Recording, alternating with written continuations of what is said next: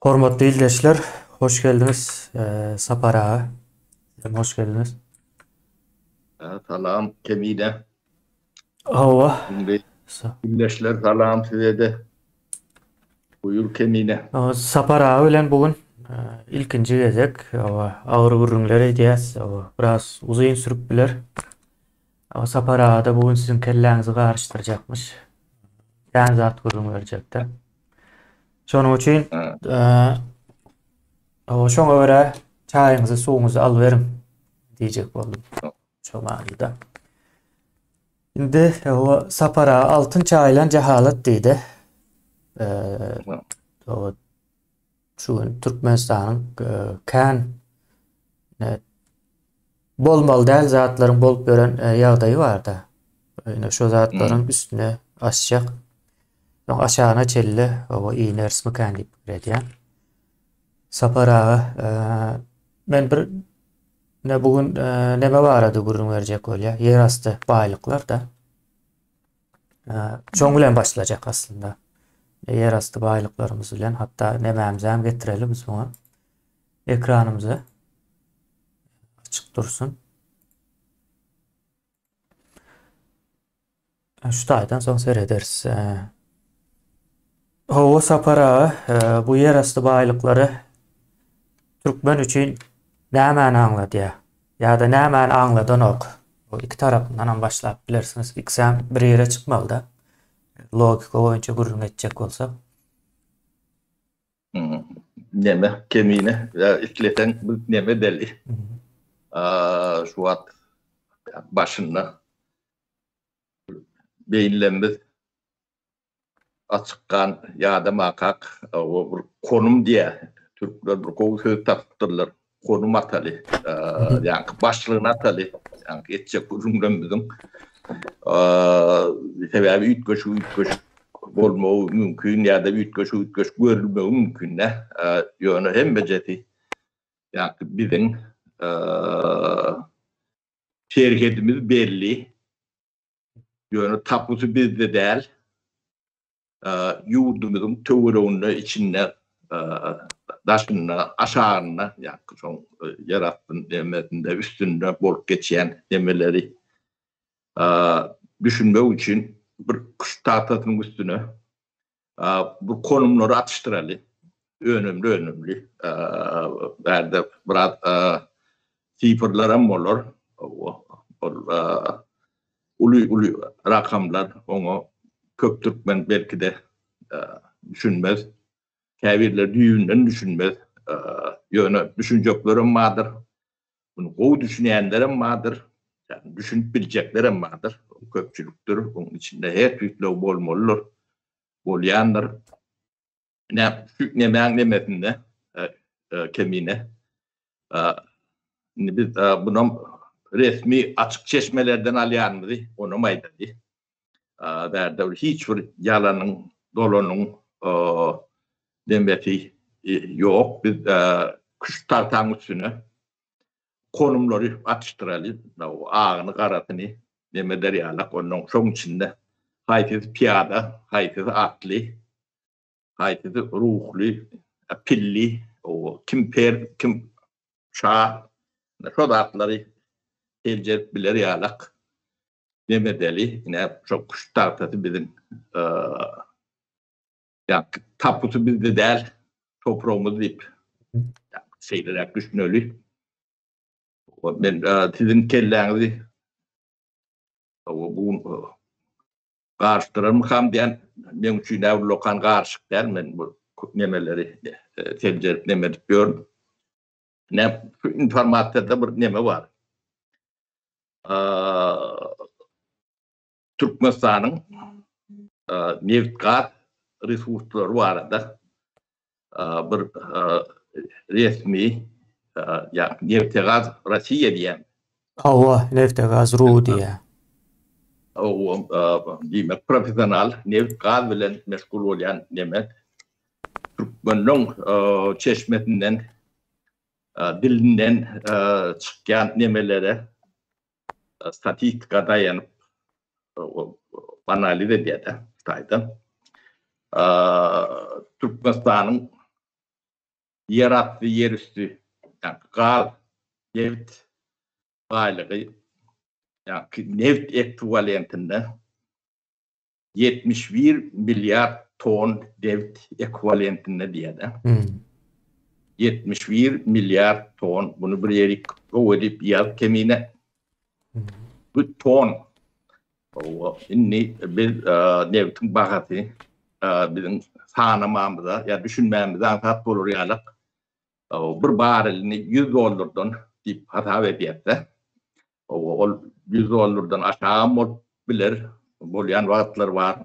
Bolurum onun yukarı. Bolun vaatlarım var. Ortalaması var da umuman. O biz yönü yani düşünmemize antat olur yani. Bir ortaçıdığı.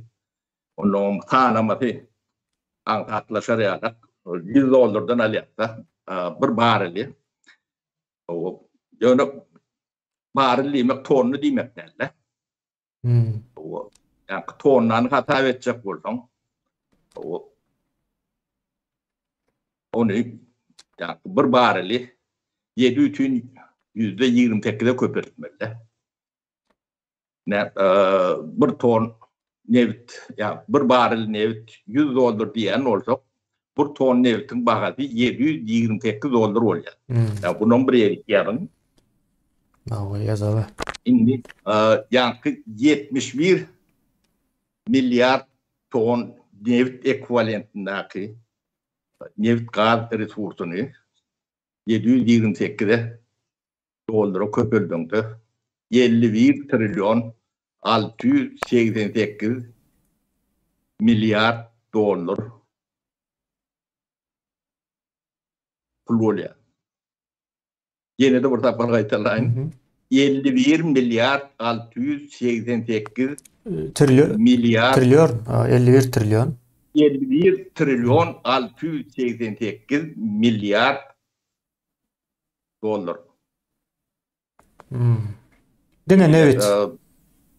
Yok, neft hem gaz yönü ikisini neftin ekvivalentinde. Neftin ekvivalentinde. Var. Yani gazı nefte uğrayalar kapitentler var. Sonuçta onun yani neft ekvivalentinde değil ya da. Bakın en son çok çıkıyor. Yani tanımadı, hata etmedi, analiz etmedi, anlat koloriyalak bir metodoloji var. Bu da ne çığmal hükmünde yani. Doğru değil mi? O çığmal hükmünde. İnni bu Türkmenistan'ın umum nemeti. Yani Türkmenistan'da Karakel Yaşlar deyip bir yataklar var da, neft gaz yatakları. Onun ikisini cemlep kalkınç deyiptirler de adına. Son nemeti 27,4 trilyon kubmetre gaz resursu var yani. Bu eyyem yani tasfiklanan miktar tadavını içeride.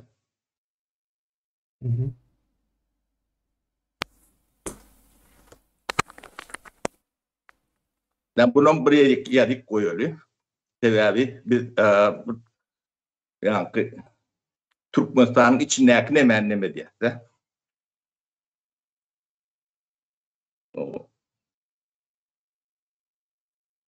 Bu kemine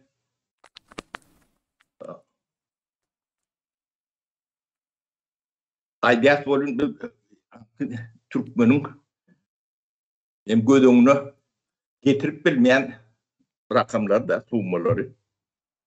Benim şuna aytacaktım. Baylığımız 20 trilyon bir neftten nemeden hata verdik de. Yadını düşen. 4 nemedendir. 20 trilyon kavat geliyor. O iki etletlerimken nememiz var da. Ne büyük Türkmenistan'ın içindeki baylık. Onun yankı kalkınçlıydık da Karakel Yaşlar Hı hı. Gaz, neft yatakları şondan yılla o da şu adette yazılyanlar 200 milyar kub gaz çıkarılması yani 3. bölümcüm tapkınına sonra yetmeli diyen neme var da. O 200 milyar metre kub gaz o 250 dolardan hata edenler 200 yani 50 milyar dolar oluyor da yılla gelen girdeci Yıllık. çomurlarla yıllık. Yani bu gayretanın nemesi kalkınış nemesi. Kalkınıştan başka da bu topor yerden gaz çıkıp nemeti dura. Şimdi bunu bir yeri koyuyor yazarlarının bu. Şimdi bir Türkmenistan'ın nemesine yağdayına seyredelim. Yani Türkmenistan şirketimiz belli. Yurtumuzun adı belli. Bayrağımız var. O. Bu belki yani devlet değilen atributunu değişli. Bu toporda atlanmaz. Kağıt yüzünde var. Onu inkar edip bolun o. Yönü yurdun tapusu bizde de. Bu gazların bizimki olmaya da neticesinde. O ne sonra geliyette. O bizimki deyip bilirsiniz. Diyersem benim bizimki diye var ne diyenler, gururun ediyenler. O daşında işlep görenem gazımız var diye. O hem ekşem şu fiberleri aydıp o goğutunu çiğşirip biliyor da. Yo sıfıran bilen Doğru, o anladım. aydiyanların köpüsü sapara. Sıfırı ne şu at o ön bir kızak ayttık ve şu at bilniyor da. Yani milyardın neyme, trilyonun neyme dilini bilmeyen illeşlemiz kendir. Onun neyem için bilen oklar, şu taraflarına geçerler. Bunu bir kuş tahtasının bir öcüğüne şeydik koyuyor. O 51 trilyon 688 milyar dolar diyen o art koyuyor şunu. Sapara bunun böçörüne aydalı indi geçmenke şey neme göz önüne getirip bilmesi için izleyicilerimizin 100 futbol plaşatka doğulu dolar diyeli. 100 futbol plaşatka. Şu pul şeyle diye.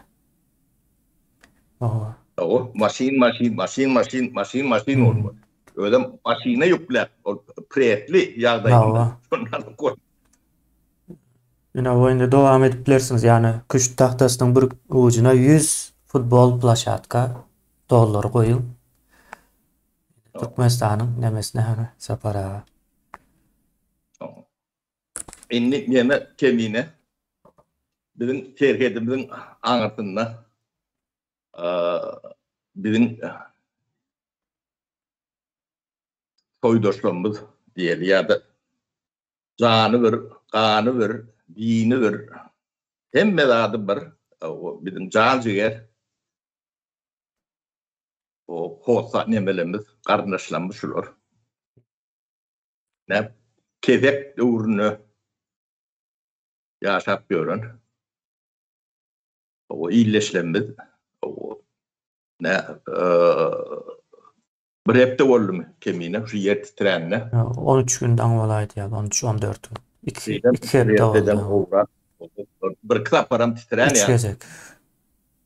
3 gezek o. Ne şu vurgulun günü hali yağdayı bunun kuştun bir nemetine koyuyor. Bakırlara el diyanam yok. Uzatçılarım yani uzatçıların el bulun üstünden geçip gidiyor da. Başka bir varyan olmalı. Bir de sayeden kömök edecek olduğun yine de yani Türkmenistan'ın üstünden geçip gitmediler. Geçirmeyenler de. Şoň üçin biz bulara maddi kömek edip bilmämiz. Ýöne gıýkylyp tuzurup bir adamdan ünsün çek neme dämetek edip biljek nemämiz ýok sebäbi öňünde böwet bar. O böwete biziň altın çaýlan cehalet diýerler Türkmenistan şeylerek bular kedek içindäki cehalet dolra o da şu altın çaýlan nemäň üstünden geç gitmeliler biz şulara el uzatjak bolsak sebäbi serhetde. Aňyr tarapda da beýlek jahil nemesi var. Taliban diýip birazda o taýda geçip bolanok. Beýlek tarapynda İran var. Olar yani ucog açyp karşılap nemetjegine hiç bir nemämiz ýok. Ne ýagdaý bu tarapy şeýle kemine. Ýöne 20-nji asyrda kedeň içinde oturýarlar. O yani yer titreme tebigi hadisa. Şolong bebetinde bolan yer titremen demesi 6,3 diyen. Kän ul däl. O ýyňulty şonu fikir edipdirler de biziň ne şu wagtky alan nemelemede göre şeýlere. Ýöne gıýnaşly bolsa da bir zat aýtmamyz gerek tebigi betbagçylyk adamlar yer titreme can alyan nädir? Cani cehalet alyan. O 6,13 bal atla can almalar. O cani cehalet alyanlar. Bunu bu sözler benki däldir. Men beýle akylly adam däl. Sözleri men o bir yerden eşden yermem ne Japon bir millet bardır. O adalarda ýaşaýarlar.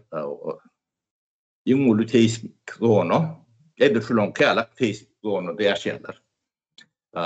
Olaň nemesi hatam ýokary 8,5-9 bala çenli yer titreme bolýar, bolum dur. Ýöne ýitki ýok. Ne yani yer titreme zanaran ok cehalet alya diýmen Suwutnamasda. Suwutnamat şol. O 20-nji asyrda näme üçin kedek içinde ýaşap ýörler diýilen sora orta çykmaly, onu torgulamaly. Ýöne şu duran biziň toýdaşlarymyz bardyr. Şolar ýalak sorgulama fikri kellelerinden geçemken şu. Ya aňlaryndan diýeli. O geçýän bolsa şu ýagdaýa gelmezdi diýmek. Ýyda dogry gitdikçe o geçmeýänligini görüp bilýäs-de. Inni bu zatlaň sebebi var. Sebäbiň artynda da günäkär var. Indi bular Allah'dan, Tanrı'dan görýändirler. Allah'dan geldi diýerler o. Şondan görmek bolýar. Allah'ny günäkärlemek bolýar. Yok, bu Allah'dan gelen ok. Ine şu ak koýnokly takkalty, ýöne bulan takkal değiller amma da. Yani gıydlarını okuwa görmýän, o yüzünü açtırmayan, çağlarını okutmayan, yani okudiyasıyım, yani meçhide Moğollan eline veriyen adamla bu neti, şu ölüm bitimler var şu nemelerde bolyan. Müm prosent ne, yani nemen, Sogapkärçiligindäki zatlar şu zatlar. Ýykkine. Yani kellesi, jahil. No. Demelen günäti ýöne bunu bular Allah'ın üstüne havale ediyorlar. Hmm. Başımıza gelen bir bela. Bela tevigat ilmi. Ama da belali o tevigatın yani yer şari yani 1 milyon yıl duran olsa ilmi ama yer titrep duranlar, su ağıp duranlar, fiiller gelip duranlar, şemallar, tornadolar, yeneler olup duranlar. Olmadık varsam yok. Diyor bundan çok karşı gördün. Mümkün olursa uğramala çareleri yeme diyorlar. O çarelerin dine bilgiyi bilen geliyor. Başkalar bilen geliyor nokta. Bular ine näme diýerler? Eşitmedim kemiğine. Bular ine şo bilgini ýa-ni nireden alýarlar ýa-da şu bilgi barada näme şey diýerler ka? Bilmedim kemiğine bu Moğollar tarafına sen hakim son devam ederiz o tarafın safara. Beyinlemelerini ben düşünüp bilemok, düşünülmem veren ok. Ben bu demeleri bölümde böyle toydaşımız olan son kiredeşimiz bir milletten olan son nevtim ağrıya, elbette ağrıya o elimden geldi. O köbeği betecek, şunun çaylarını, yemelerini düzeltmek, yemetmek, hiç tadı da duran ok. Bunların mektebi açıp vermeye de hiç tadı duran ok. Yolunu, yemetini çekip vermede daha bir lokan bir. Yani sumaları ağdan nemeden ama şolong bir 5 tifini geçip bir otur koyup iyiden nakın yemetini alanda da şuları yetiyor. 51 trilyon 688 milyar dedik de. Şu 688'in en son 8 milyar var. Onun üzerinde de şu atlan hem meceti ortadan ayrılıyor. Ortadan ayrılıyor. Yöne içinde cehalet yaşamalı olanı yani düzeltip berende de 2 ile çekecek mi, 1 ile çekecek mi? Yine de yok ol gitmeli. Çünkü ortadan ilki büyük tevaplarını ayırmalılar. Şuratlan büyük tevap. Yine bularım şu sebäbini ayırıp duruna sapara görýäňizmi? Şey edip aýrýarlar sebäbini. Şu 8 milyar gelsin diýip edýän bolmaly-da. Şun tevabı bizim bedeniyetimizde, ya dinimizde diýeli, ya da inancımızda ayal gıyılan yerinin yokluğundan, şolong ilküler şolong soğutsuzluğundan, şolong azatlıktan mahrumluğundan, erkinlikten mahrumluğundan düýüp tevabı şu da. O anlatında näme var? O anlatında da din vardır. Din gadı bilen ediliyor da. O tevabkar şu kesek döwrü bizim dinimizin beren bir de nemesi şu. Meyvesi diýeli. Bunu ayıp görün, yokuş görün ya da ne aylap görseniz sizin öde işiniz yöne şu bir de dakılan inancın ya diyen ya dinin meyvesi. Bu şu bedbahtçılıklarım hem mecetem ne şu adamdan eli boşandı bilen edilen zatlar şulatlar kendine. O sapara edil üstünden geldiňiz de menem şunu görkezlerini diýip durdum. Ine şu görýän zadyňyz sapara bir Betjit, ýene-dän bir Owganistanda Türkmen owasy. O şeýle näme uğratdylar. Soň men soradym, bu şu owanyň mektebi barmy diýdim. Ýok diýdiler. Owa bolýa molim barmy? Indi mektebem möhüm däl. Owa molim bolsa bir ýerde okutyp bolýar-da. Soň ine şuňa pul sorap ine mesjid burýas diýip pul sorap ne Kur'an zatlara o şeylere bir zat edipdirler. Bar tapan tupan artan pulu. Belki de beyle kırmeme çağlarının yiyecek zatının pullarıdır. Üyüşürüp ne mescit vurupturlar, onam sosyal medyada paylaşıyorlar. Entet doğulu utaranok yine de kömek edin diye de yine kurulan zaten görüyoruz sapara. Ne soğukta ne sıdan korar bu. O yetiştirende de o dargap gidecek bir neme. Bu üstüne yıkılmalı. Bu o tarafı yani şu kurulandan son şu ovadan bir adam çıkar mı? Adam yetiştirip bolýar şu ovada.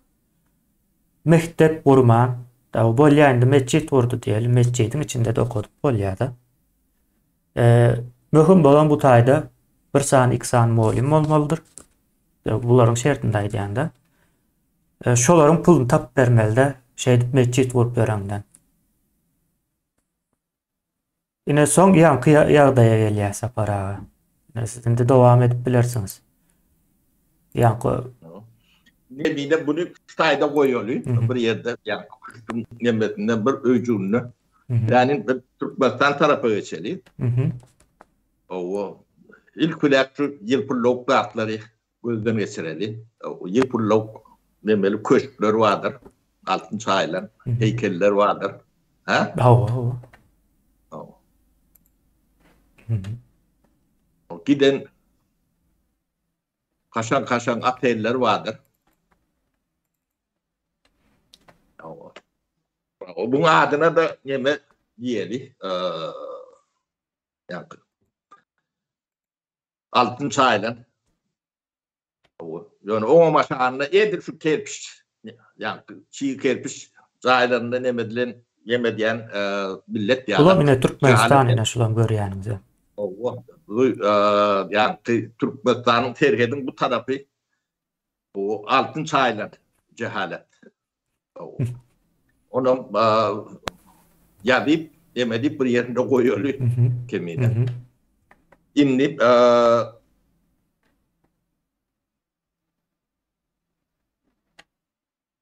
işsizlik var da bırak demedeli. Yani Türkiye'de Türkmenistan'ın atraktif değil ya da aktif yaşındaki yani işlemeli yaştaki katları köp böyle olur. Belki de 70-80% yani Türkmenistan'ın halkından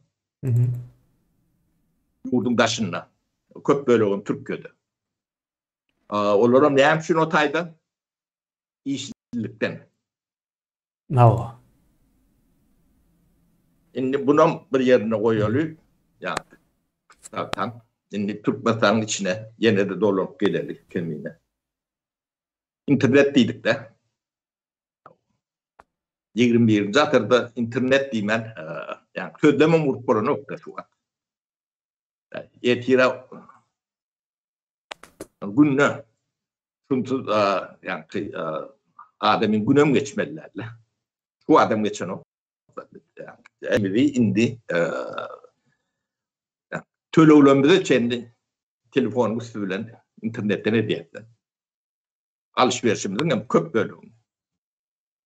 Doktora gidecek olsa doktordan gelenden sonra neticesini görecek olsa.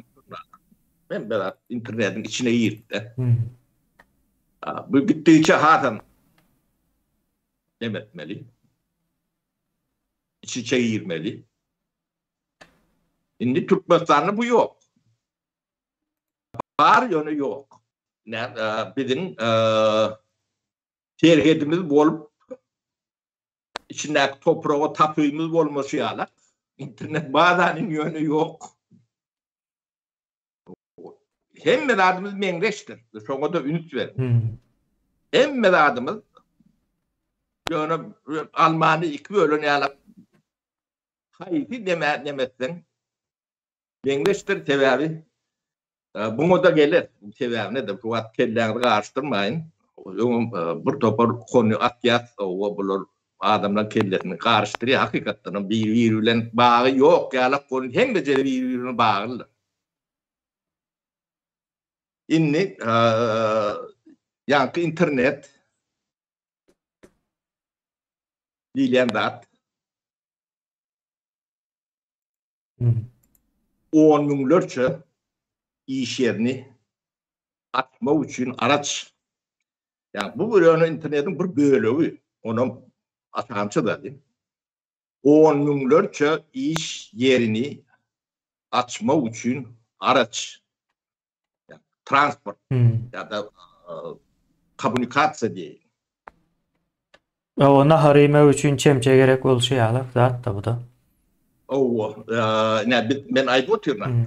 Ýakly zatymyzy biz internetin üstü bilen, ýa telefonuň üstü bilen diýmek, internetin üstü bilen edip otursak. Şonu edýän olsaň kapdan hem bejenin bir däriminiň aňyrsynda 50-60 tane iş yeri var. Hı hı. Yine şu zatdan, şu iş yerlerden internetin yokluğu cemiyeti mahrum edýär. Hı. Bu internet. Toğra verelim, näçe yok dip. Yani toğra alamatyny näçe yok dip koyup bilersiň. Hı. Onun ýanky iş yerlerini 10 miňlerçe diýdik de. Inni aşağırak geçelim. Yukarı oku zaylary. Hı hı. Näme diýär? Yukarı oku zaylary. Seni geçiştirýär. Hünermend käreyelerini yetiştirmeli şeyler. Hava şeýle bolmaly. Aslında maksat şu. Hı hı. O adamın dünya görüşünü, onun yankı devletin garın bakasyny nemesinde köpöldüp hasaplap bileri ýalak dereceye getirmeli. Hı hı.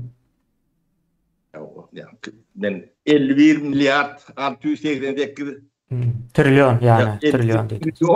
688 milyar diýene şonu kellesinde aýlap bilen bileri ýalak ağından lenip ýokary okujaý şu düşünjäni anhatlyk bilen bermeliler. Ola ýani mektepde bu aritmetikada sebäbi yani yeňil yani köpürtmek, bölmek nemet ne ýerinde çırçırmly adam derler. Şu derejeye yeter ýalak etmeliler. Ýöne Türkmenistanda o ýokdur. Yani bizim ýokary okujaýlarymyz hünermend bilermen o işe yarayacak neme geçtirýänlerdir. Bu sebäbini soraly. Näme üçin? Näme üçin sapar şu daýda. 30 maddalyň bir bölegi ýöne bu. Näme üçin? Indi ben buňa jogap bereyim. Näme üçinligini. Birinciden şu üniversitetler hünermend, bilgili, görgülü, düşünceli adamları yetiştirenler bu aňyrsynda 100 miňlerçe iş ýeri diýmek. Kemin. 100 miňlerçe. Dedi onu internette 10 miňlerçe iş ýeri diýdik de. Onu yani ýokary okujaýlaryň nemesi 100 miňlerçe iş yerini üpçün edip bilýän araç altyapysy şu. O altyapyda näme üçin bilermen, hünermen adam çykanok diýilen toğra bolýar. Şu atlary bir-birine ýuwaşlyk bilen o kellelerini baglaşdyrýanlar bardyr. Inni ondan aşağırak gidelim mektebe. Yani ýokary okujaýlaryny sorar ýalak neme ýetişmeýän bolsa aşağına da nemelik bolmalylar. Mekteplere baraly. O taýyny aýdyk kebine. Kysgaçyk bu nemesden. Hawa sapara. Münasip yani şu taýda okap bileri ýalak derecede düşünce verip biljek derecede näme üçin ortaoku yok. O sapara o taylarım ne yankışol näme diýilýär Türkmenistandaky gurnalan bir rejime hyzmat ederýär adam yetişmeliler. Başynam şo taýdan başlaýarlar. Ine geçen bir habar goýuldy da. Ýanky 1-nji synyp okuwçylar barypdyr Aşgabatda bul mektep nomeri ama bar diýene men ýadyma düşenok. Aşgabatda bolan waka bu. Barypdyr muallim ine synypa giripdirler de synypda en atalaram bar ine ilkinji güne ýanky partada nädip oturýanyna seretmeýi diýerler da bu en atalaram o taýda näme okajagyna ýa-da näme okar näme adam bolup çykar diýilen düşünjede de partada näde oturýarlar. Muallimem getiripdir. Portreti alıp baba şu kim aýtsa şunu birinji başlygy baba goýjak diýýärmiş de synypa. Ne? Bularam diye indi mektep diýdik de mektebin öňüne geleli. Sadikde öwredilýärmiş goşuklary. Geçecek çağa indi şeýle bir näme tartışma girýär-de bir din öwretmek 18 ýaşdan soň adam özüne bagly bolmaly, ýa-ni öz öwrenmek islese öwrenmeli. Bolmasa oňa daýatmaly diýär-de. Indi bularym şol nämäni edýärler? Geçecek çağa bir autist hassasy bolan, ýa-ni Serdar Berdimuhammed. Ben bilem okuyana daşka özüne alıp barşyndan şeýle näme çykar ýa-ni netije ýöne ýurda baran soň barlap görersiň zatlara. Öne şeýle bir hassalyk bar, däl bolsa da çykpaýdy aýsynlar. Däl diýip. Şonu o ýok ýaly bir adam da gara sapara, ýok ýaly bir adam portretini goýup çağalary okudyp şolaryň zehinini, beýnini meşgul edýärler. Ýani doldurýarlar başga zatlar bilen. Indi onuň wagty çäkli, çağanyň wagty. Çağanyň belli bir 10 ýyl, 12 ýyllyk bir wagty bardy.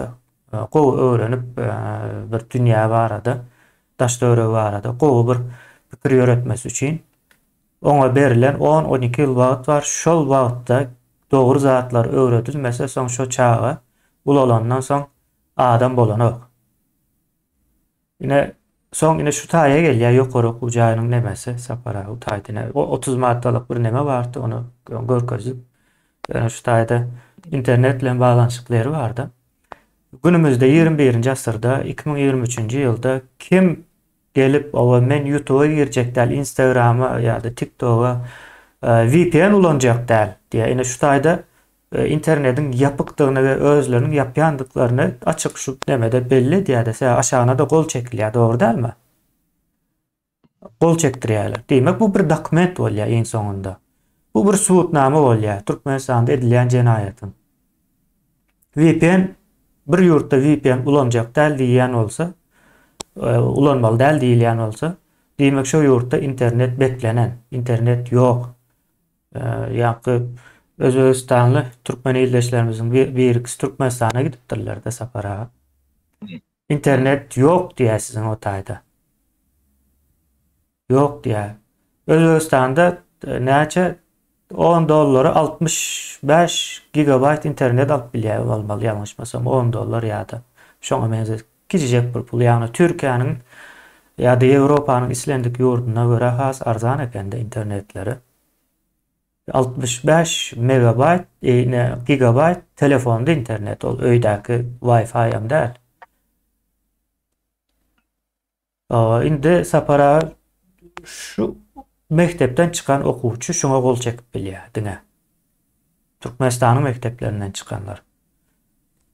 Gol çekip bilýär. Yani şey diýip keskitläýin men bunu bu taýda.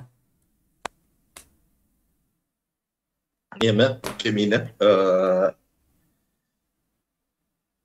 ben bu söz alayın. Diýmeden yani şu internet bilen ýokary okuw jaýyndan daşa gitmek. Bir zady demedeli.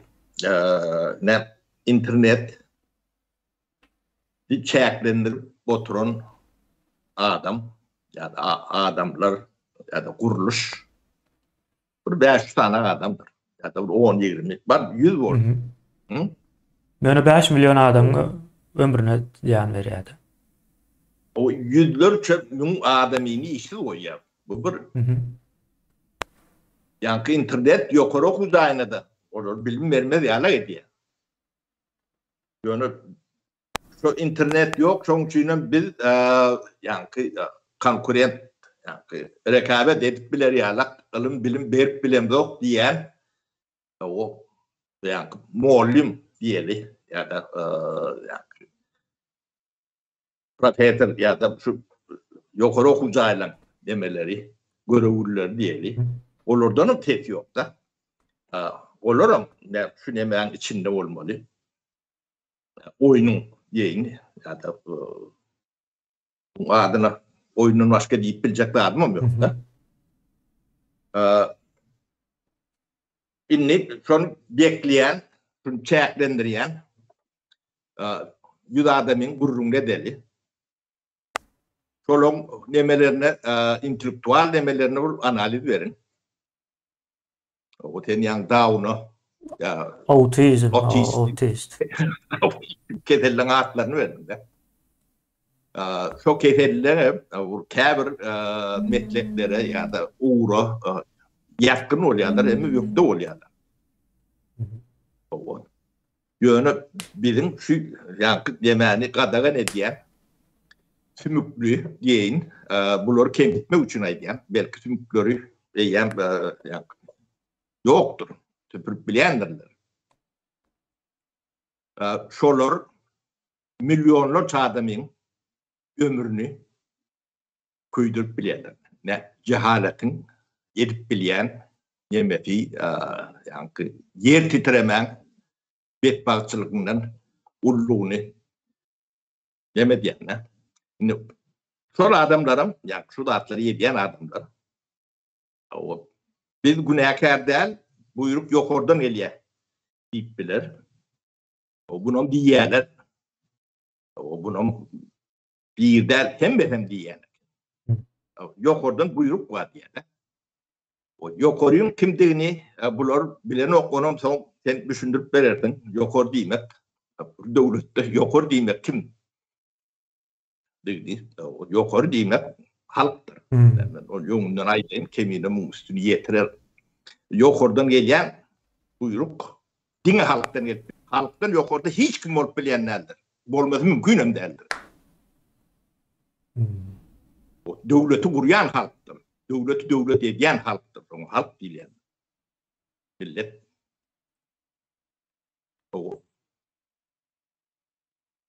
Ben varyantından düşünemedi. Başkaçadır onun kendine sen düşünüp verirsin.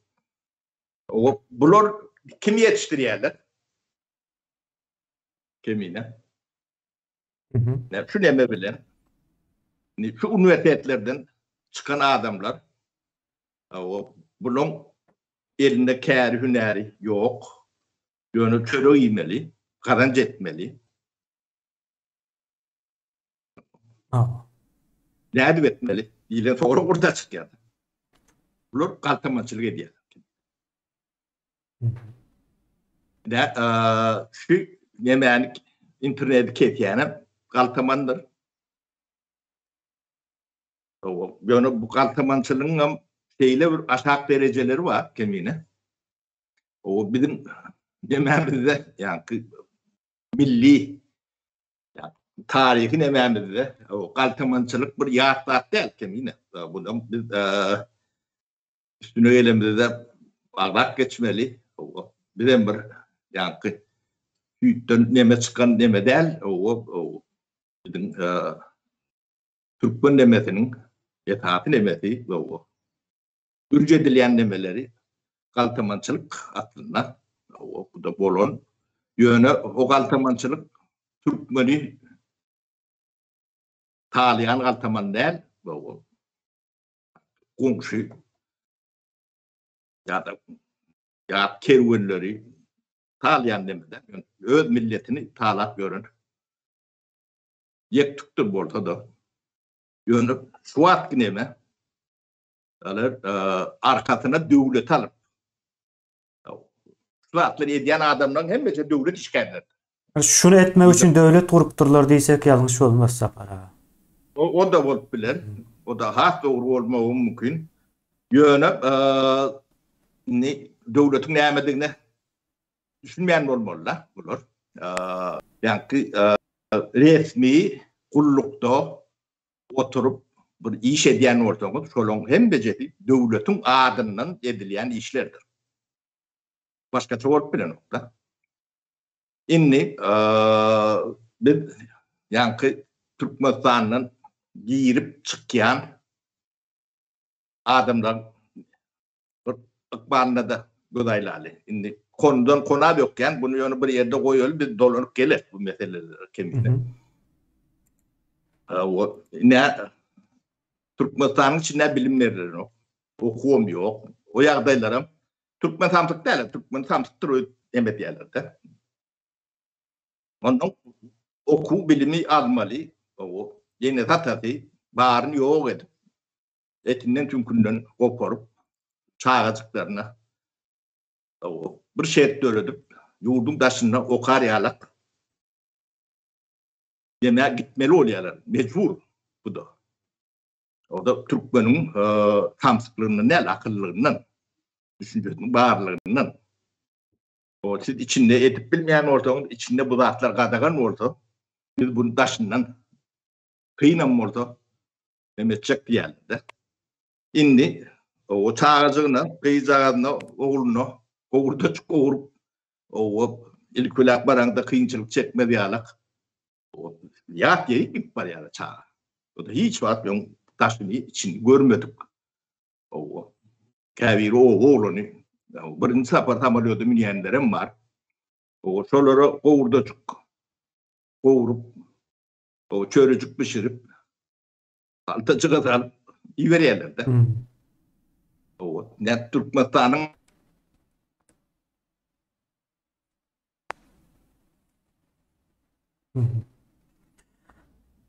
Sapar ağa internete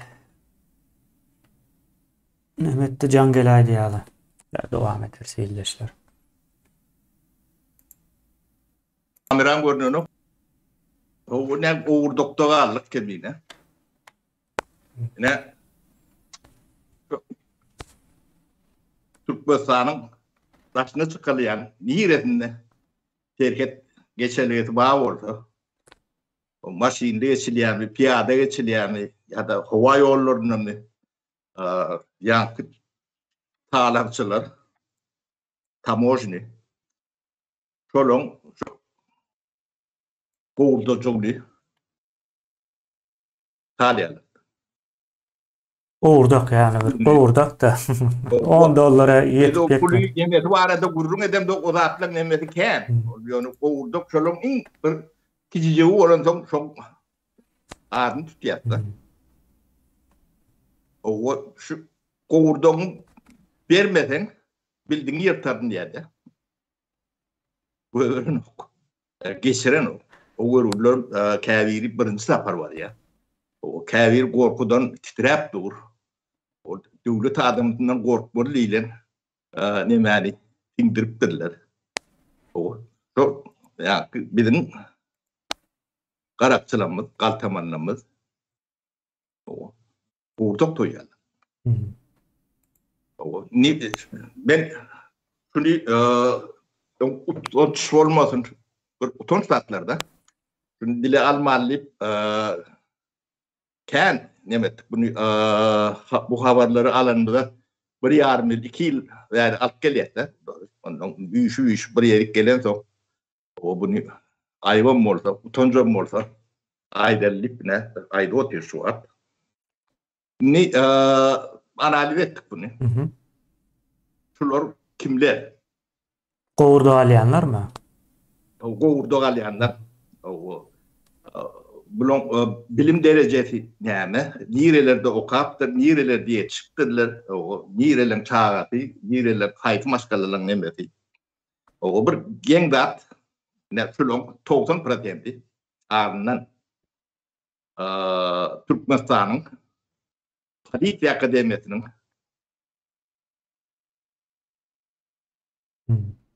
wypускnikleri kemide. Çok ayda yetişenlerden. Yukarı bilim. Hmm. O. Yine kovurduk kağlamak için Dövüşte akademi mesela Paris Akademisi. Neyle kuruyor kendini? Kovurduk mühüm sapara. Kurduk Onam mu? almalı. Böyle Ha. şu Paris Akademisi var arada gene de bir neme bir kavat gelen neme hani aylık geçeyim. Ne ben Gepleşiklerinde 4-5 safar ağlandın biz 91. 92. yıllarda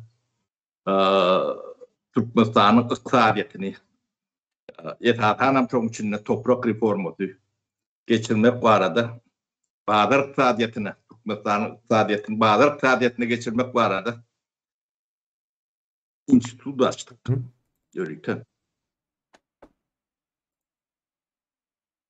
Bazı iktisadiyete geçirmek var arada. İnstitüt deyip. Bu rektörüm Belli Muradov.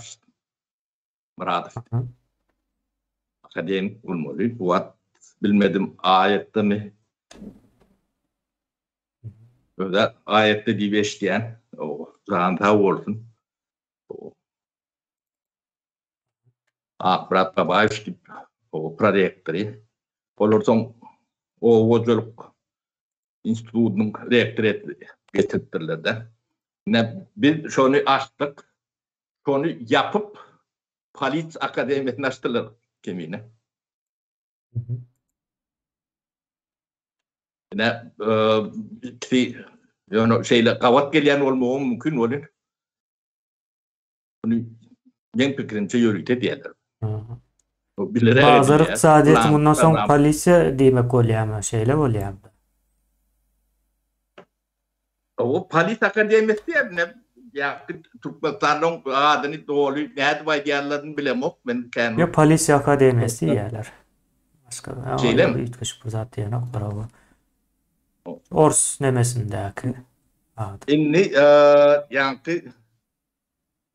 toprak reforması, bazı iktisadiyetine geç reforması önemli mi? Ya da yani orada uğurlap görün, orada talap görün. Milife işgari önemli mi? Yani son ikisini terediğim üstüne koyup bilen. Kovurduk ağlayan gerekmiyor da bize. O gerek konmalı. Gerekli. Bunun yani kuştum bu demesine koyuyoruz kendine. Yine de temanı yüklüdürü. Yine tiyatrada koşulmalı der dilen sözlemesi kendişten. Bu ne? İş yalak. Neme? Ava. Bunu ne için diyorlar? Şunu hep bir sorulak gördünüz mü?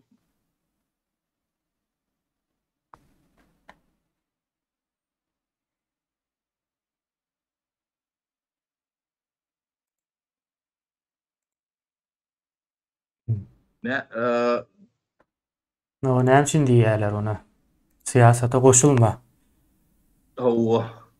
Demek siyaseti biri yönetmeli. Bunu biri yönetme demek ne demek? Sizin durmuşunuzu, yaşayışınızı o birileri şekillendirmeli. Sizi koşulmalı. Bunu bir dizayn etmeli. Kim olur? Bir değil yani. Türkmenistan'da belli. Bir değil yani prezident olmalı. O da öyle erkülene diyen bir denok mu? O arada da bir kendi ürün ettik. Yani sol adam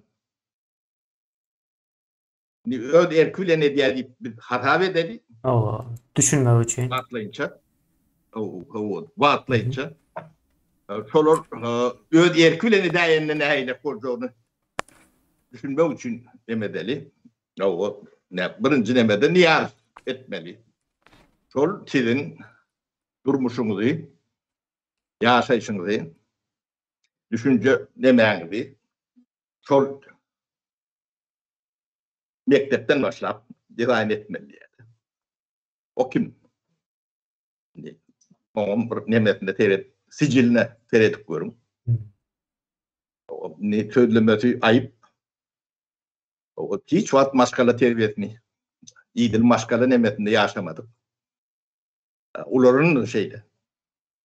Biz niyadifun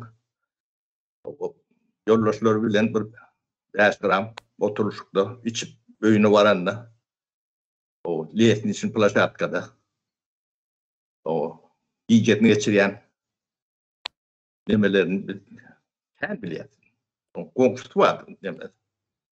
Bunlar ağay bir liyetin plaşatkada yaşayarlardı. O beylekler var. Yani cemiyetten bu da hakları açık neme vaatları gidilecek manan yok da. O vaatlar birinci sekreterim değil. Portfalkondur, yani şoňa meňweşdir, ondan aşağıda nemedir. Abydyň yemeği alak bar da. Bu aňyrsyny teredeňden şonda. Yani ejeti arada nemeni informasyany men döwrünü ilk alandan biri o informasyany. Şu metbuata berilmedine karşı çıkan adamların biri men ayıp nimeti bilen işimiz yok. Ayıbım oldu. Ayıp değilim oldu. Bir adamın ıkbali bunu dile getirmeli. Ýöne bizde adamy şol geçmiş bilen tanalýar-da. Onda netije çıkar yani. Şimdi çok yani bir jelewin çağatı. Şey bunu gülla oturorýalak nememiz yok. Tebe netije şonu görkeden soň adama rol ýanda. Ine şu tarzda dizayn edildi. Türkmenistan nedir? Şoňa meň dakturundur.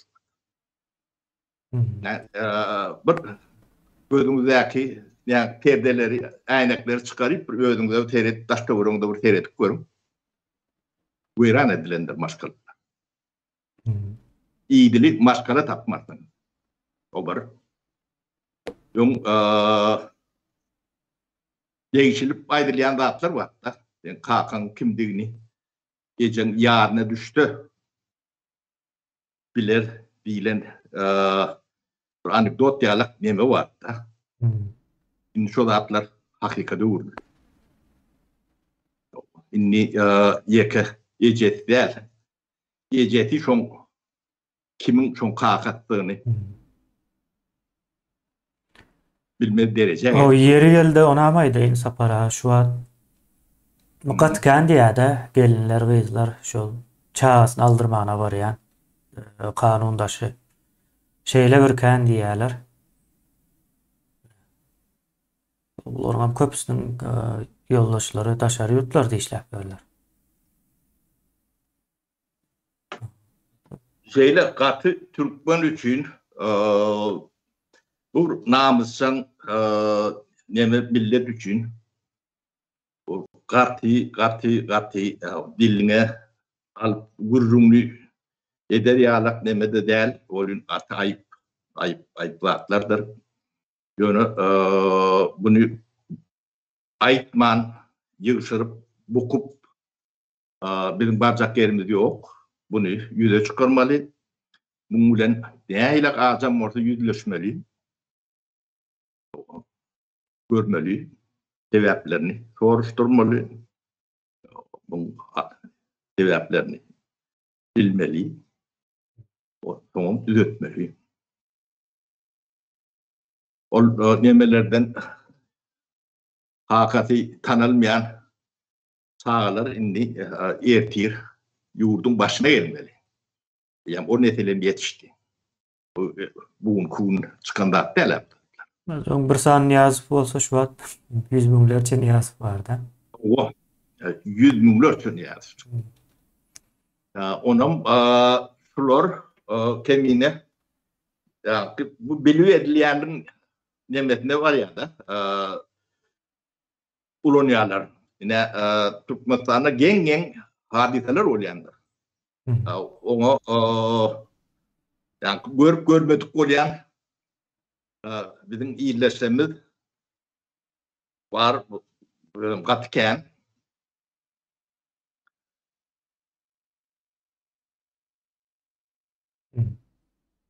Fırsat diyecek oldum. Nemem uçtu kemiğine. Gelir.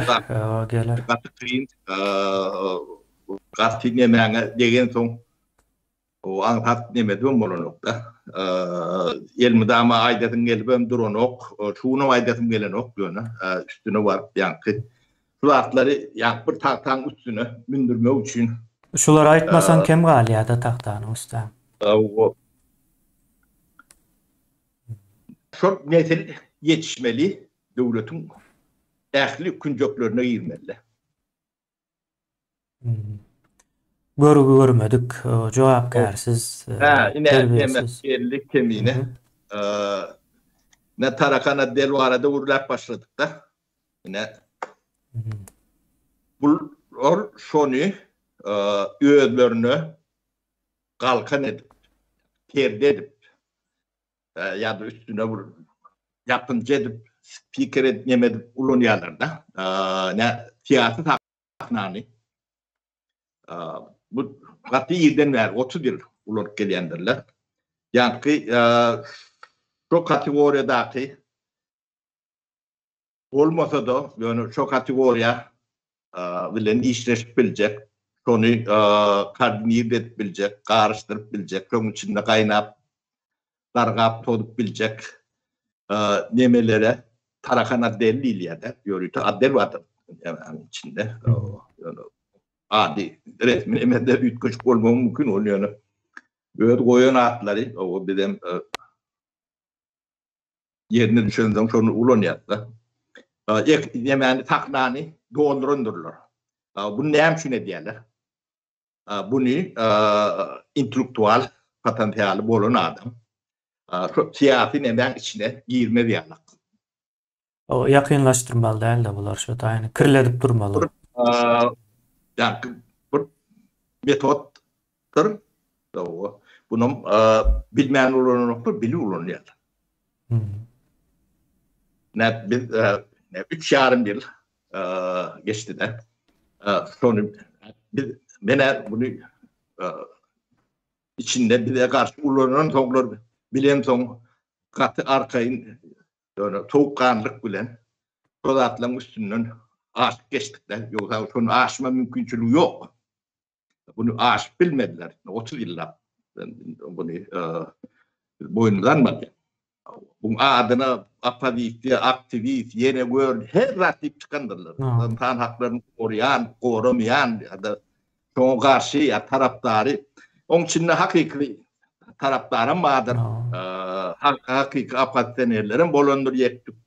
Yani çok 80-90% taşı bilip bilmeyen köpsünü karanlık ulanyalarında kömlü değil ya. O içine ne girenden bilen okton, giren son çıkıp bilen ok. Hep türlü yerler oluyor. Bir adı jurnalist, bir adı aktivist, yine bir ki yine. Yine sonu nebeden doğundurdular. Şimdi aklı huşu var adam, kolon aradı var mı ya? Bana varsak ya. Var mı? Birleşeli, üçeli, aşağı diyenler. Şu tarakana değil nebelerde. Doğru. Yani anlatıp bildim mi kemiğine bunu hemen bedeleni.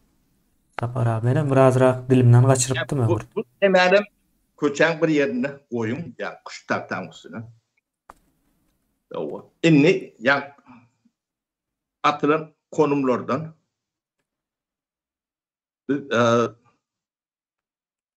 demet sorgulap başlar. Demçün şeyler. Birinci, Nemçün Türkmenistan'ın şirketi Bağdani'nin ketkitli nemesi, yani tapusu Türkmenistan'ın elinde de. Türkmen halkının elinde de.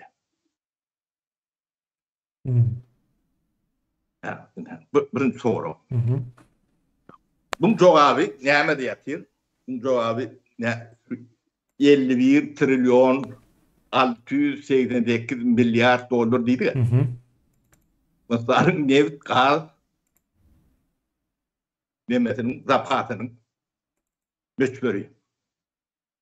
51 trilyon $688 milyar. Aa. Yani bu bir kısmı. Yani tapılan patrityon resursu değil. Ya. Hı.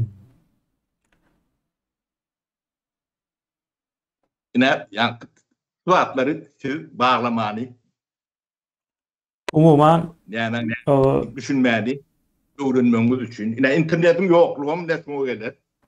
O sizin yukarı okul cahillerinin gereksizliğin o gelir. yok okuyacağı değerli yani. O ya değerli. Ondan yani başlangıç mekteplerde iki tane Samsun'un partilerinin sağları çokunduruyanların teverim sonundur.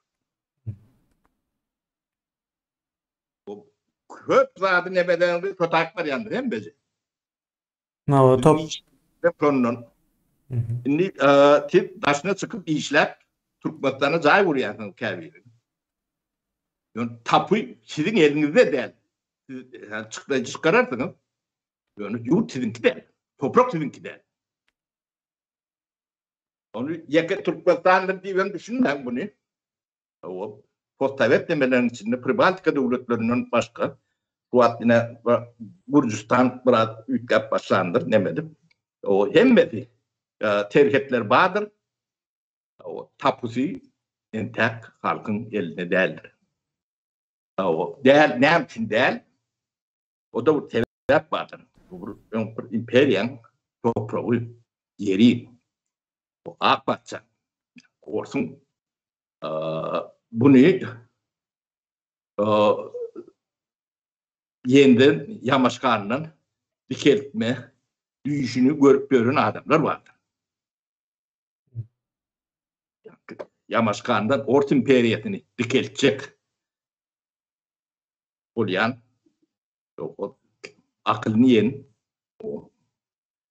burada O tamam. Sovyet Soyuzu olsun diye Evrasya Soyuzu kurup O gören var. bu başka şekilde ütkap bilir demedik bilir. Bu da yani dövrün ütkömögü talabi batışı nemeti bilen yani hepsini öz baştak yala ettiler. Yani öz baştak der. Yani yali. Hı hı. Çok hem becerni yani altın sayılan cehaletin nemetine giriyor da. Yıl pullo yemeli rahatları yediyerler. Hı hı. Yani iç boş.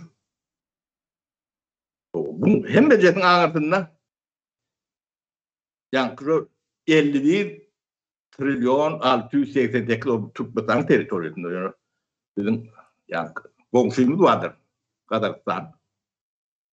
Bunun demeraktır. Kalaraktır. Evet, teritoriyası katılıyor. 2 milyon kvadrat kilometreden geçiydi. Devletim kendir. Halka mağaftır. Yani olumum yani şirketi belli yani tapusu eline değildir doğru. Eline yağlar attır. Azerbaycan'ın şeyler attır. O bu çalan emette problema çıkaryandır. Karabağ probleminin büyük sebeple solar ayarlak nemelerden olmasa Orsun Ermeni'nin ıkbalı bilen ne nemeti var? Oynap olacak kodurlar oynuyorlar da. Yine Ukrayna'da suat uçkıdıktı. Sebebi ne? Tapıyım bir elimden çak diyendi. Öyle başta karışıklı olacak. O. Ursun büyük sebebi odur. Yok. Olmazsın diye. Olam garaşsız Sebep. olmak için o NATO deydi, Avrupa Soyuzu deydi. Şoňa yakınlaşacak deydi da. Hatta O ilk yani yakınlaşmasa garaşsız. tek başına Orsun demetine karşı çıkamamayacak yani. Hmm.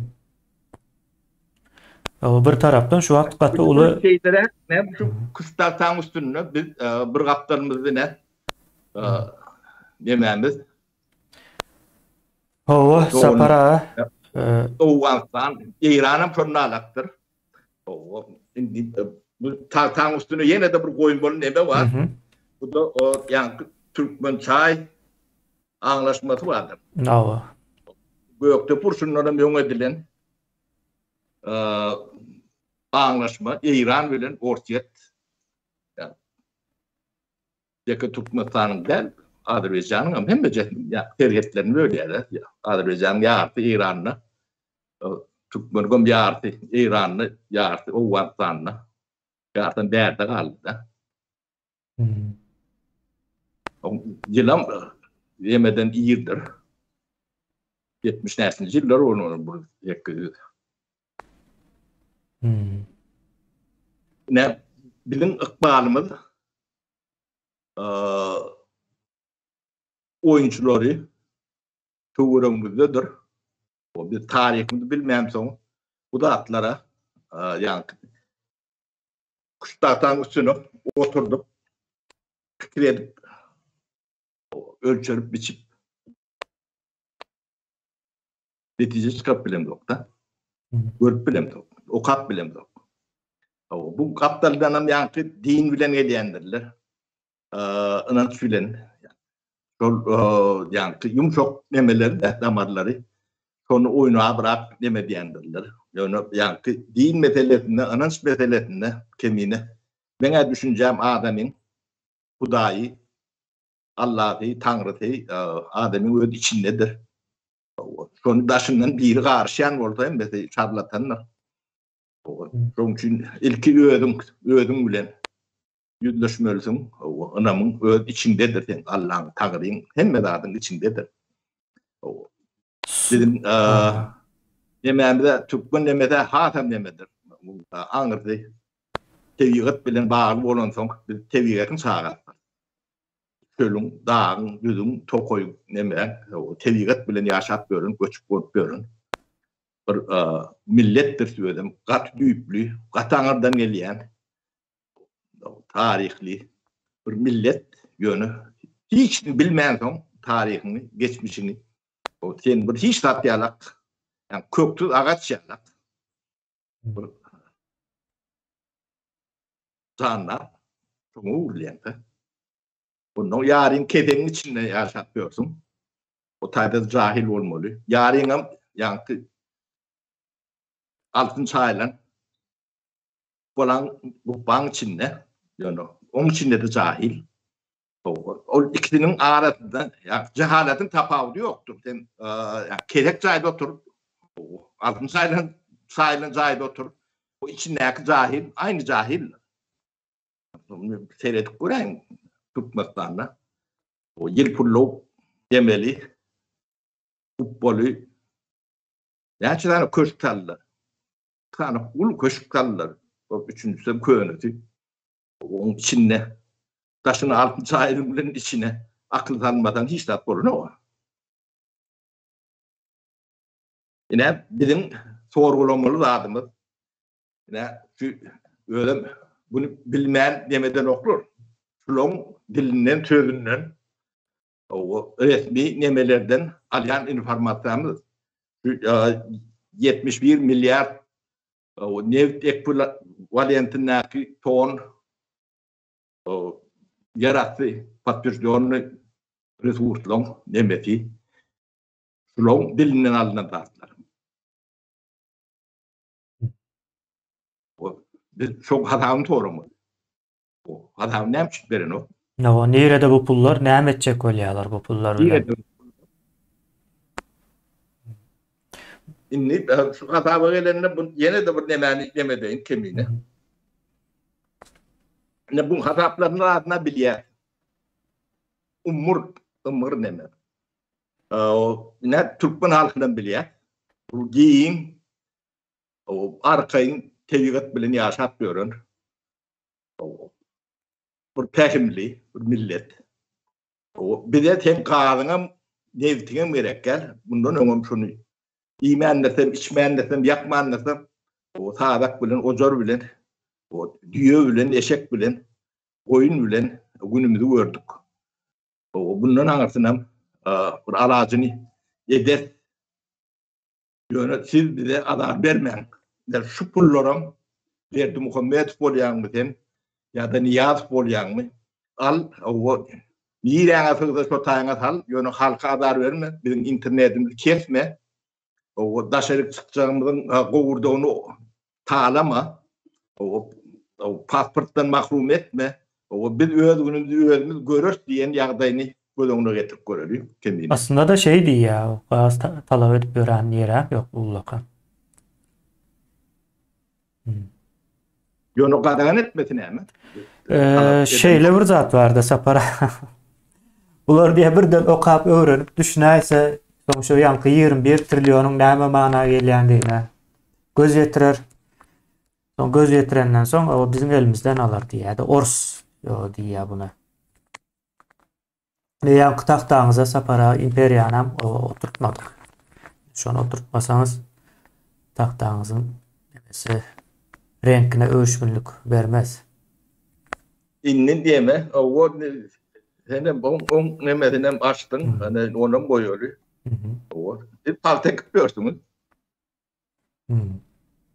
O ne kaptalına da 51 trilyon neme var, baýlygyňyz var. Dem paltek ýa witket görsüňiz de. O toprağım denk değil. O da yani diýilýär şunu. Potrot diye. Potrot. Adam oýýarlar. Potrot. Adam oýtdylar. Soň üstüne paltek görsüň. Bundan gizleji ýokdugyny ekdirýänem bilýär. Ekýänem bilýär. O birinciden yerini aýylýar. İkinciden ten jahil etdi 100%. Hiç nemesi. Onu ketel etdi. Garip etdi. Ýöne bunu 30 ýyl edýärler. Ýyllar ýanky başga ýerden kard alyp alan köşümi şoňa harjaýanda ýyrtýan.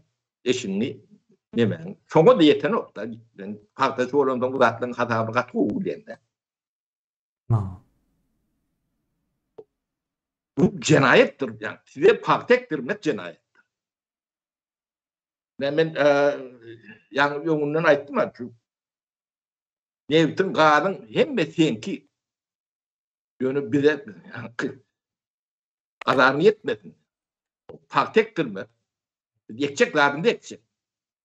Yerimizi elimizden alma, yerimizi ber. Toprağımızın eýeti bolar.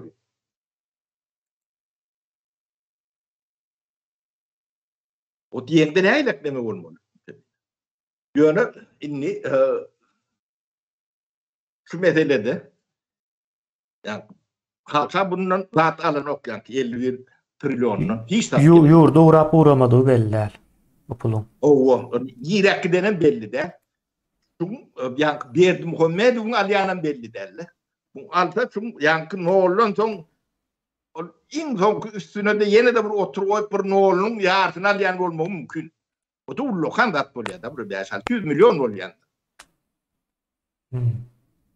O bu kalany birede. Ni halk bunu toranok demeden ok, bilen ok tebabi siz yani hemme zatdan mahrum etdiniz. Statistikany ýok etdiniz. Mekteplerde ýanky portret ýatlatdyňyz, goşga ýatlatdyňyz. Bunu ertip berýändir kağıdyna. Bizim floriyalak demez. Biz bar. Ertip berýänem hakynda gazetlerde, jurnallarda, nemelerde ýazyp gör.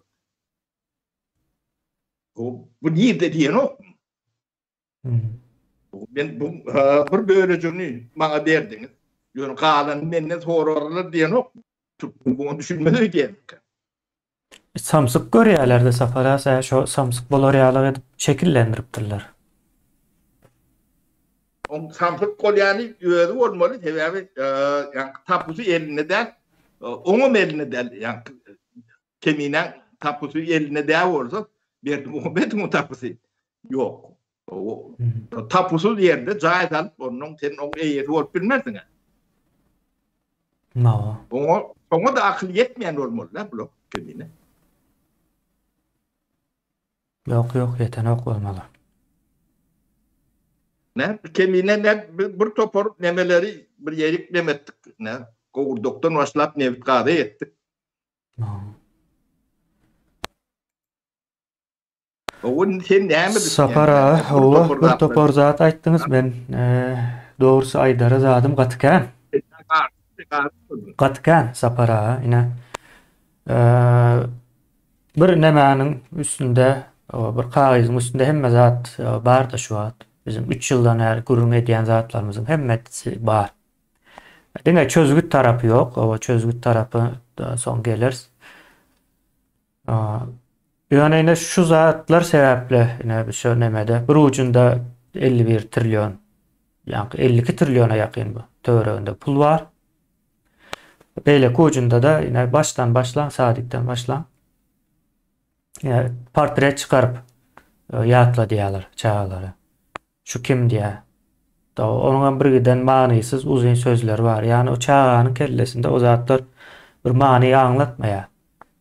Dünya bilen bir bağlanşy kurup bilmeýär şol öwrenýän sözünde. Mysal üçin garaşsyz bir tarap, näme garaşsyz bakly bir tarap berkarar diýär, ýenen häme diýilen sözler çağanyň kellesinde bir many aňlatmaýar.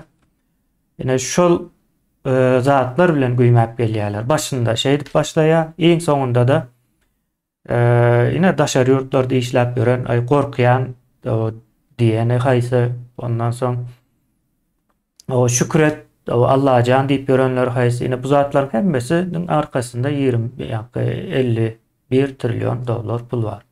Yani 52 trilyona yakın var. Indi sapara şoňa garamazdan içinde oýanýanlary, aýdynlanýanlary var da. Bu olaryň elinde iki diýme kemine Türkmen bir tamsyk millet däl. Türkmen oğuldur. Bu oğullar kemine ýeke Türkmeniň bir hamir maýet däl. Bu ahli dünýäň sivilizasiýasynyň resursy, rezerwidir. O bunu men aýdamok, bunu net alimler aýdýandyr, taryhçylar aýdýandyr. Lev Gumulyow şoň eserleri bardyr. Şonu öwren taryhçydyr. Türkologiýanyň büýüni, nemesini baýa goşun taryhçylaryň biridir. Şoň nemelerinden nemelerini dayanıp aýdýanlar. Bunu siz nähile akıl bilen tamsyk hadap edip bilýän. Sizin ýa-ni eleňiziň üstünde külüňizi goýmady bu millet. Şondan habaryňyz barmy dedim? Habar apdylar. Ne kuş tahtaň üstüne yarım sagatyň içinde hemme nemeleňizi ortaga goýduk. Bunu entek sizin ähli tiýaratlaryňyz bardyr. Şuňla çendik. Yani garaşdyrlyk tiýatratyňyz. Neutral tiýatratyňyz. ýa-da siýasata goşulmaly däl siýasatyňyz. Endejesi çüýrendir, çüýredilendir. Bunu biz bunu hasam ýalagaçlar. Tuwaletde oturkan üstüňizden wara ýalak bolun. Indi saparaýyna şu çüýretjeklere geljek boldum da ýaňa. Ine arasından çıkıyor. Şonça yani iş geçirmene çare, işçen çare diýär da buna köpü. Bir giden işçen çare geçirmene garamazdan ýerde içinde oýanyp bu zatlara düşünýänler bardy da, elmidama da bardy. Soňam şeýle bir zat var. Bir adam oýanan wagty hemme zada birden oýanýan däldir. Birinji bir san zat oýanýandyr. Soň zynjirlama gelýär izi. Özüm zynjirlama da däl. Näme diýilýär ona? Geometrik zynjirlama. Geometrik zynjirlama häzir ine şo ýanky sapara takta goýduk diýdi. Şo zatlaryň hemmesi bir zynjirlamadyr. Şol wagtda da geometrik bir nemesi bardyr. Kuruluşy var. Yani hemmesi bir-biri bilen bagly, kesişýän ýerler bar bunun. Indi bularam ýa-ni ýene de aýdyp geçdi sapara. Tarakanat del, ýa-ni yalandan opozisiya, yalandan jurnalist, yalandan insan hakları gorayan birgiden nemeler döretdiler. Bularam şol döreden zatlara häzirki Türkmenistanyň içindäki hukuk taşı Orsiýadyň oturdan bir teatry da şo teatry rejim hasap edýär. Indi men üns berip gelýän sapara hemme ýerde de onu açygam ýazýan. Bu için ne diyorlar bu zatları? Hawa indi men bunu açygam ýazyp demedýän de adamlar o düşünýärler, görüp demedenler. Yine Azatlyk radiosu bolsun, Ruslan Mätihi bolsun, Kronikasy näme Tukbatulin mi? O Tukbatulin bolsun. Ýa-da islendik mundan öňkü ölüp giden ýa-da entek mundan soň doguljak bolup ýören bularyň opozisiýnerleri, ýene-de ýanky aktivistleri bolsun hemmejesi Orsiýadyň Türkmenistanda gurunan sahnasyny bir hökümet kabul edýär-de. Legitim ýagdaýa getirdiýär, ýani şonu hem halkyň öňünde hem dünýäniň öňünde etjek bolýarlar bunu. Ýani olam indi kaçdy-da. O zatlar olara indi düşünýän bolmaly. O hemme güýjüni ýitirendigini. Nädip edýärler bunu? Mysal üçin Azatlyk radiosynyň soňky demesini alyp beren dün paylaşypdyrda. Mariýanyň häkimiýeti ýa-da häkimiýetlerimi diýär. Mariýanyň häkimiýetleri eskerlere zorluk bilen paxta ýygdyrýar. Indi eskerlere zorluk bilen paxta ýygdyrýar, kesip atyň otaýa. Hiç näme etmän şo taýda diňe Mariýanyň häkimiýetleri diýilen ýer bardyr. Diňe şonu görkezmek üçin habar taýýarlandyrlar. Ýa düşünüp bilýäňizmi? Näme diýmek bolýar? Mariýanyň häkimiýetleri diýmek o Türkmenistanda hökümet bar diýmek bolýar. O häkimiýet bar diýmek bolýar. Halk däl diýär, halk ýok diýär. Ol eskere paxta ýyldyrypdyr ýene näme bu onu geçin o bu zatlar näme diýerler? Ýanyna zakuskadyr. Ýankynyň. Ýanky Mariýanyň häkimiýetleri sözüniň ýanyna zakuskadyr bu. Kömekçidir. Hiç bir zat däl. Diňe şonu ýetirmek üçin ýa-da Türkmenistanyň resmiýetleri diýär. Türkmenistanda resmi barmy? Türkmenistanda resmi bolmak üçin näme edilmeli? O demokratik düzgün olmaly. Konstitusiýon guruluş olmaly. Ýanky saýlaw kanunlary bolmaly. Saýlaw kanunlary açyk bolmaly. Tanqid edilip bilinýän bolmaly. Bu zatlaryň haýsy var? Ýok. Bu zatlaryň haýsy däl, saýlayan ýok, saýlayan ýurdun daşynda. Soň nädip resmi bolup bilýärine? Näme üçin ulanýarlar bular bu sözleri? Türkmenistanyň resmiýetlerimiz Mariýanyň häkimiýeti, Türkmen häkimiýetleri ýene näme diýip şo sözleri ulanýandyrlar. Gaty üns beriň elmudama men bundan soň ýygy aýtmakçy säbäbi bular ine halkyň halas bolmak hereketi bardy. Şo hereketiniň öňüne geçýärler. Halkyň halas bolma, halk diýär, ýok, Türkmenistanda häkimiýet ýok. Ine seret. İnternetimiz ýapýar. Okuwak bilemiz ok. Elimize birazrak pul üýtse, onu elimizden almak üçin bir giden ýanky möjekler bar, pagonda akyşyp ýören. Meniň bu taýda düşünjem, pikirlerim erkin däl. Düşünje pikirim sebäpli men türmelerde çüýräp bilýän, hatda öldürilip bilýän diýär halkyň aýdýan zatlary. Hiç bir tarapdan hem ekonomik tarapdan, hem sosial tarapdan, hem siyasi tarapdan hopsuz däl Türkmenistan bir adam üçin. Şonuň üçin daşyna çykýar. Daşyna çykaram gitmek isleýän ok, içindekiler hem gelmedi ýa. Näme diýmek bolýar? Bu taý döwletden gelmedi diýmek bolýar. Bunu ýanky sözü giňişler açmaly. Bu taý döwletden gelme edip bilsek bizem çykjak. Bu taý ýurt däl diýär. Bu taý bizim watanymyz däl, bu taý bizim öýümüz däl diýdi bolýar bu zatlar. Senem gel bu taýda Türkmeniň resmiýetleri, Türkmenistanyň nemeleri diýip aýt. Kimin peýdasyna bu? 51 trilyon dollar alýanlaryň peýdasyna. Diýmek siz hem şolar üçin işleýäňiz. Barmy başga düşündürüş bar bolsa çyksyn. Kim ol? Näme? Ýowşanma. Ýowşan var. Soň ol Özbegistanly Farruh näme Yusufmy näme diýär. O var. Şu wagt edip örenler de soň ondan öňkiler bar ýanky. Näme biziň çawuşymyz O son çeviş var. O çevçimiz var, çavuşumuz var, Ha. kelimiz var. Ondan deve bir hoşlaşmanı Kel diyelim. diýdiňiz o kel nire ýitirim boldy. Ola bir gahrymanlaryň birte. O Näme boldy ka? ne bol? Ya idine ýigniýarlar bu. Yo, ýyzyna ýygnap ýörler ýanky sapara ona maýdalyna tahtanyň üstündäki bolýan zatlar da bular. Ýanky tarakanat diýdiňizde. Bir giden aktivist ýene näme bir zatlar çykardylar da, jurnalist diýene näme diýdi. Soň gördüler taktika ýalmyş. Näme bolsa ýyzyna ýygnap durlar bir-birden. Ona nädip ýygnaýarlar? Ay ine tutulanmış, basılanmış, ýygnanmışlar, alanmışlar diýip edýär ýöne. Bular eden ýalňyşlygyny düzelip ýörler häzir özlerçe soň. O da düzeler ýanak däl, Hemme zat ýazga geçdi. Hemme zat ýazga geçdi. Gaýtam aýtdy, şularyň näçe köp çykaryp bilýän bolsa çykarsynlar, halkyň oýanmasyna, pikirlenmesine peýdas teýjek diýipdi. Olar inanmadylar. Bular öňkü 20-nji asyrdaky KGB-nyň protokolu boýunça hereket etdiler. O döwür bitdi. O döwürler bitdi.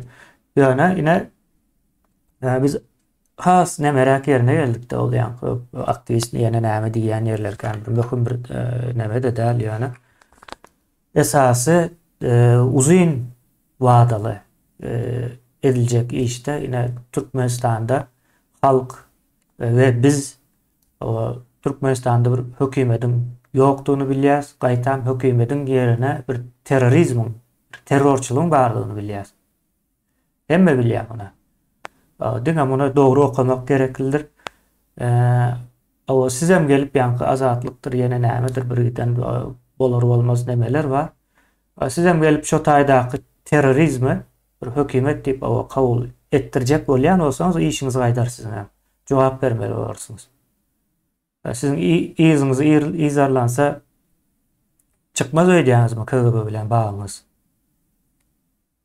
Ors imperiýasy bilen bir baglanşygyňyz çykmaz öýdýäňizmi? O çykjak, o çyksa soň näme boljak? O size iň agyryndan agyr cezalar beriljek. Başka nemeleri ýok bularyň çykalary. Ya halk ýok bolup gitmeli ýa-da şular ýok bolmaly sapara aýtjak bolýan zadym. Bunyň bir nemesi ýok. Näme diýilýär? Duýgu bilen baglanşykly tarap ýok. Dal neme bilen çödüljek wagt ýok. Biz buny ýanky nemelere, derwişlere ýa-da meleklere tapşyryp İşanlara mollalara Allah tapşyryp çözüp biljek dememiz ýok. Buny rasional, akyl çözer. Bärden o dinem bir gyra goýýar. O din bilen çözüljek bir adam däl. Din bilen hiç adam çözülmeýär. Çözülen ýerim ýokdur. Näme gellikde ýene de bir konumy şu wagt Palestin, Izrail nemesi mewjudiyada problemi. Bizden gaty daşlar, bizim o zatlar bilen nememiz elbette bolmalydyr, bolýan ýöne bizim öz derdimiz özünde ýetip bolan soň biz gyrada durýar. Ýöne bize gerekli many tarapdan, mazmun tarapdan gerekli ýerlerini agdap biler. Palestin meselesi altında din vardır. Din näme üçin bar? Şu meselen hiç wagt çözülmesi üçin bardyr. Başka da üçin ýokdur. O din var ýerde mesele çözülýär. Çözülmesi mümkin hem däl. kronikleşýär gaýtam. Çözülmesiniň mümkin dälligi birine gerek bolup biler. Ulan bilirler. Ulan ýalar belki şeylerdir. Görüp ýanky hakykatlara oýlap bilýänlerdir soň nemesini ýa bärde togulýandyrlar ýa-da daşdyr aýlanyp geçýändirler. Palestin özleriniň arap dälliginden bilen o. Palestin arap däl. O bir Arap däl, gözleri sapara, bularyň gözleri gök, ýaşyl adamlar bularyň köpüsi. Şweýçede Bir 3-4 tane Palestinli bilen goşup katnaşıp bawo nemeli. Ýebrejden ýetgeşiklerlerim ýok. Şu Arapların dine Araplaştırýan, doğal Araplaştırıp bilmediği bir millet var, olan Türkler. Yani bizler de Oğuzlar.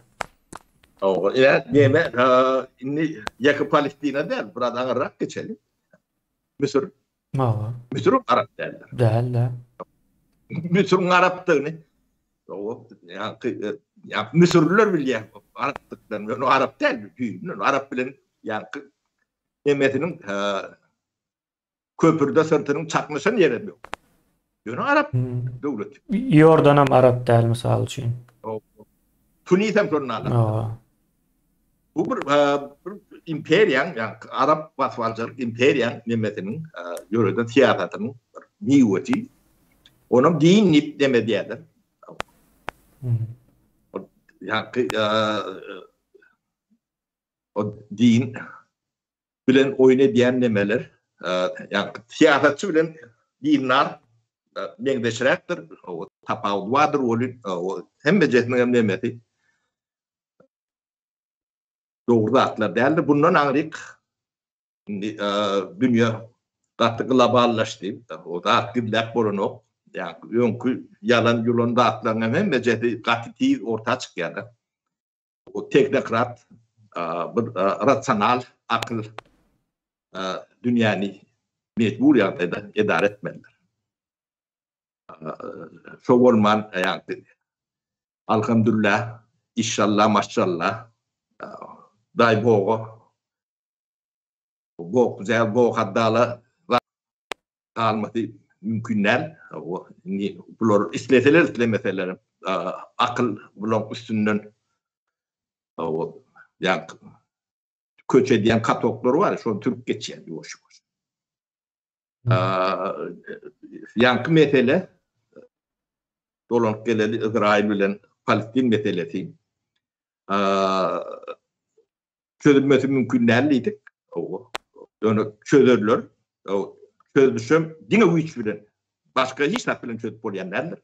O ikiden birinin biri yok olmalı. Ya şu tayda Palestin diyen devlet olmalılar ya da İsrail diyen devlet olmalılar. Deneştirip görün. Haydi bolmalılarla yakın. Ya bolmalılar yakın. O tayda biz insanın ölümüne, nemesine, elmidamada karşı, şu adam karşı iki taraftan tapağı yok. Palestin tarafta olsun, İsrail tarafta olsun.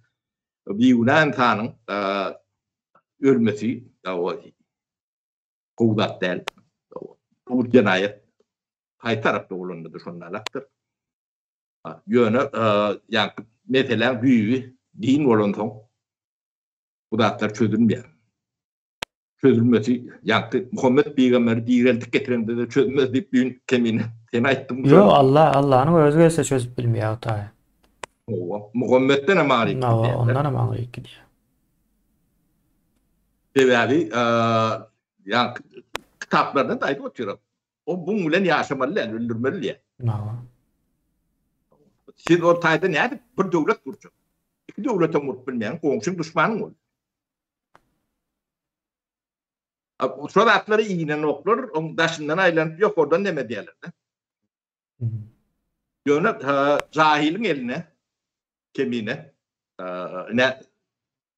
bir fantaziye bedelli. İsraillere bir yerimizken ya da Kazakistan'dan tapağı diyor. Gelin hemen topunuz bilen bir size yer verelim. Şu yurdunu Palestinlilere oyup kaydın. Deyip şu oraya bir demeni kabul edildi. Varsayını. Şu an İsrail dünyada yani o çocuk nemerinden in yok kork nemi. Teknolojide şunlarla. Yani şu Palestinliler diyilene koyup kaydsan o say ne şeylen ton dargarıydı. Ya gülle veser. Palestinlilere kalsa beylek Arap yurtlarına eğil olsa olan şeyle olur. İsrail'e geleli. İsrail 1992 yıl ben İsrail'i 4-5 defa tiyakat ettim. Tabii o hocalık nemesinde şolar bilen gatırısını şıklı işleşedik. Yani şu dövrlerde yani dam sistemaları yanı Damcalı suulamak ha. Yani su ekonomi etme nemesinde. 92. yıllarda bizim ilat tanımız İsrail'in ilat tanımıyla 4,5 milyon. Onun şolonun şekilli pulları vardı. O da yanı konvertatı, ente konvertatı dediler noktada. Yani dünya nemesine konvertirun pul hükmünde 20 yağdaydı 91. yıllar. Şimdi şu an tereddüt görüm. İsrail 92'den verdiği çevir geçti. 31 yıl. Bakmışlar. Olur 9,5 milyon İsrail. Türkmenistan ne milyon? Belli değil. Belli değil. Ha, gerçeli belli değil. Bu yerine pasport yok, hata etmeden bak hiç stat yok. Onun saadetinin yeri de, bizimkin yeri de, öyle bizim tebliğ şertimiz, İsrail'in kadarım koyun. İsrail'in bizimkinden doğru. Çölün içinden. Su demelerim yok. Kalan nefesinde deme. Sırla bakken bu demeler var. Üstünde giden urş deme. Öyle urş içinde. Ne cehalet bilen aklın arasındaki tafavutlu ustalar. Biz yani altın çağıyla cehaletin içinde oturuyoruz. Altın çağıyla cehalet diyelim. Türkmenistan'ın nemediği o obrazı sol. Yani altın köpek çağıyla yani köpek nemeleri vardır. Atın üstünde öyle suratları vardır. Altın çağıyla. Heykellerde. Oturuşları, demeleri, kıyafetleri altın çağıylandır. Altın çağıylan İslam'a da götürüyordu. Yani içi cehalet bolan son. Neticede cehaletin veren neticesi oluyor. Yani bizim yemeğimiz, düşmanımız, problemamız diyeyim. Düşman hata ettiğimiz mi? Dost hata ettiğimiz her kim öyle işi. Biz cehaleti yenk geçmelidir. Bu katı küçük nemede değerlidir, giyiniştir. Bunu yeke Türkmenistan'ın terhedinin içinden değil, komşu diyelimden yine öğüdümüzdür. Köp tarafında şunlarlaktır. O vatanı seyretsen yine de öğüdüm görünsün. İran tarafını seyretsen yine de öğüdümleringizdir. Sesi, yemesi, tözü hem bedadi. Yüreğimi çünkü getiyendir. Bu nemedendir. Yani biz şu tayları bile cehaletten çıkmadılar. Bunun yollar vardır. O yollarını bilenler vardır. Bu yolları bilen dedi bir yerik çıkarır. Sizden bunu işlemelisiniz. Sizden talep olmasa siz yani keten aşağına alarsanız bizim şu iyileştirimizin görürleri ya da çıkmalı olsun. Bunu da yani bana aklı Türkmen'i yani uzakları düşünen Türkmen katı kendine beğenir yani bu katı ortamlık dedim derken ben Google'un geçip demedik böyle oluyor. Uzakları düşünüp bileceğim. Ben 71 yaşında ne şu hazapları yarın saatte ondan geçirip bilenler. Yaş vehinde daş yarayan yiğitlerimiz var.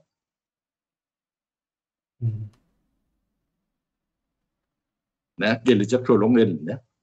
Ne şeydi bunu ne bedeli olmasa bu tartan üstü konudan köpölüp barýar. Biz soň bu nemetini garmazym eder. Saýda bu toraly bunu Bolýa Sapara. O soňky 3 ýylda edilýän gurrun bir gyska mazmun aslında bunu şey edip belleseňiz illeşler dogry bar. Başkalarına da düşündürecek bolsaňyz ýa-da gurrun bermek isleseňiz ine şu videonu ýaýrap bilersiňiz. Entekän gurrun eders bu gaty sada görnüşi. İlleşler o soň gyzyklanan bundan öňki çykyşlary we soňky ediljek çykyşlary dowam eder. Şeýle o ýurdumuza üýtge diýäs biz şonuň nemesinde taýinlanda gaty möhüm düşünjeleri, ädimleri ätdik illeşler. Gowgunlar öňümizde boljak. Yani öz özünden bolmaya bu zatlar üçin gatykän adam zähmet çekýär. Onu hem ýadyňyzdan çykarmaň. Hani siz ediberim de bizem bararys diýilen nemede däl biz. Bu zähmetleri çekenler, edenler Türkmenistanyň iň gowy mümkinçiliklerinden peýdalanjakdyr. Beýleklerem özleri ýalyk bolar. Ýurdun içinde özleri nähili bolsa şoňa münasip bolarlar. Sapara sağ bolun. Bolýar. Sag bolun illeşler sağlykda görşelim. O hiç ýeňňi garaltmaň diýem bizim bir arkadaşymyz bar. Dedim ýeňňi garaltmaň. Bu atlan hem beceri bilinýän zatlardır.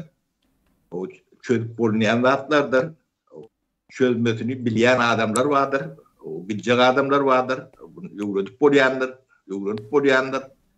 Onun üçin hiç ruhdan düşme bu zatları düzeder. Aşardan. Sağ olun, sağlıklı olsun. Sağ olun.